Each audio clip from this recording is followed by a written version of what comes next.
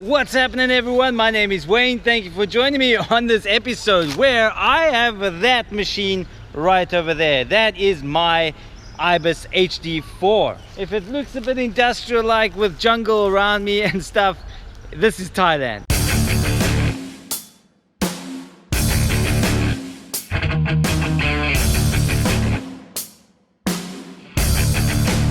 I'm dropping these videos so that you are able to see the bike spec as well as all the geometry changes or geometry of the bike before I drop the review, because we don't want to waste time on the review video on this. This is the medium frame. I am 173 centimeters tall.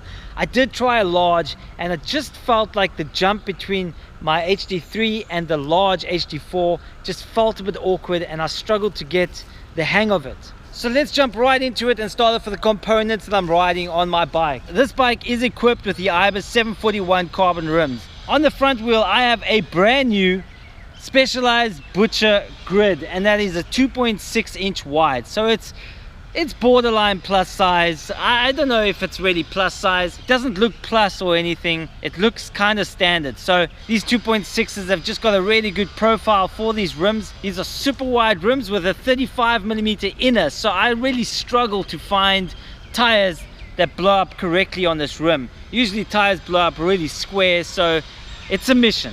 This is the Rockshox Lyrik up front with the stealth decals that I have installed. The Lyrik is also equipped with the MRP RAM control cartridge right over there. I'll link a long-term review of that cartridge in the top corner of this video. Stopping power on this bike is supplied by SRAM Guide RSC brakes. It's got my favorite grips on. These grips are around about 3 years old and look at the condition. They're still in pretty good condition. So on this bike I also have the Wolftooth remote, and that is connected to a Fox transfer, which we will get to in a moment. If you want to see more about the remote, click on the link that's going to pop up on the screen just about now. On the front I have a Ragley 50mm stem, and this thing is pretty darn burly. It is nice and stiff and it is pretty damn proper. X01 11-speed shifter. This is the one-up components EDC. I'm riding 180mm front and rear rotors on this trip, and those are the SRAM center lines. Okay, let's move to the center of the bike and then I can chat about the rest. I would want a more burly shock because I'm going to be doing a lot of traveling, so I chose the Fox X2. These are SRAMM XX1 cranks. I had to get a new crank because I had to change the Q factor.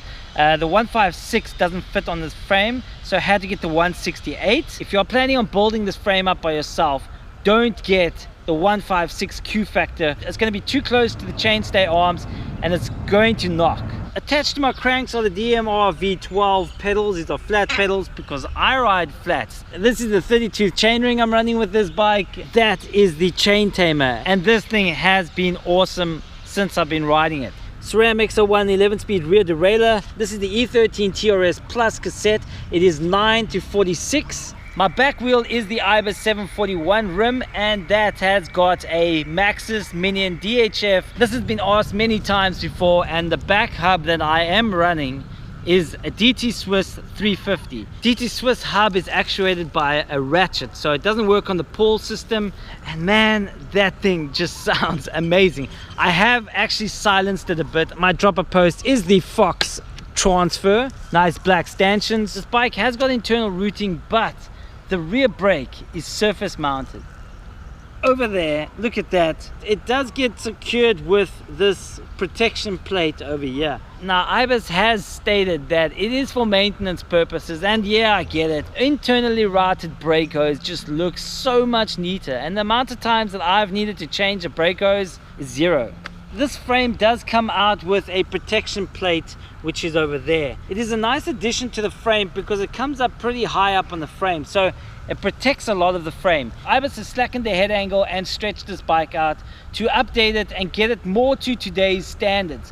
It's still like a little bit conservative in numbers, but the difference I have felt on the trail between this and the HD3 is pretty substantial. At the front they've slackened out the head angle. Currently with a 160mm fork it is 64.9 degrees.